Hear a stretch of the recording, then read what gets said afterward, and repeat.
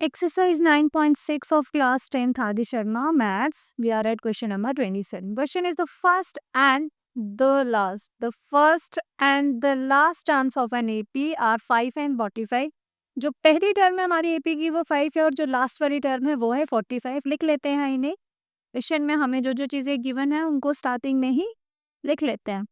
तो first term यानी कि A हमारे पास है कितना 5.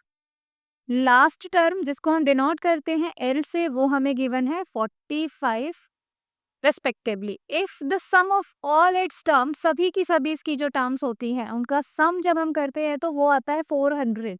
तो सम को हम डिनोट करते हैं एस एन से, वो हमें गिवन है 400. फाइंड द कॉमन डिफरेंस, हमने फाइंड करना है कॉमन डिफरेंस इस क्वेश्चन का. तो डी हमने करना है फाइन. अब देखो डी का डायरेक्टली कोई फॉर्मूला नहीं है तो हमें इन तीनों को यूज करके कोई फॉर्मूला अप्लाई करना है. तो मैं फॉर्मूला लगा रही हूँ एस एन का. एस एन जो हमारा होता है वो होता है n/2 a प्लस एल. जब हमें लास्ट टर्म गिवन हो तो हम ये वाला फॉर्मूला यूज करते हैं. एस एन की वैल्यू हमारे पास है 400 इस क्वेश्चन में. n/2 a हमारा 5 है और l हमारा है 45. तो ये 2 इधर आके मल्टीप्लाई हो जाएगा, ये हमारा हो गया 800 इज इक्वल्स टू n. 5 प्लस 45 हमारा होता है 50. तो इसको मैं 50 n लिख सकती हूँ. यहाँ से जब हम n निकालेंगे तो ये 50 इधर आके हो जाएगा डिवाइड. 0 से 0 कैंसिल हो गई. 80 से 5 को डिवाइड करेंगे 16 आ जाएगा. इस क्वेश्चन में n हमारा आ गया है 16. अब इस n को यूज करके हम फाइंड करेंगे d.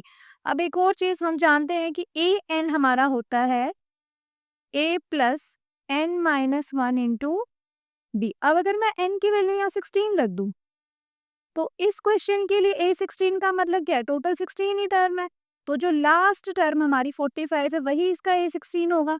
तो a16 जो है 45 है तो इसकी वैल्यू रखने a16 हमारा होता है a प्लस 15d जो कि 45 है हमारे पास 16. अब उसको हम इक्वल रखेंगे a प्लस 15d के. a हमारा कितना है 5 प्लस 15 इंटू डी. डी हमने करना है फाइन.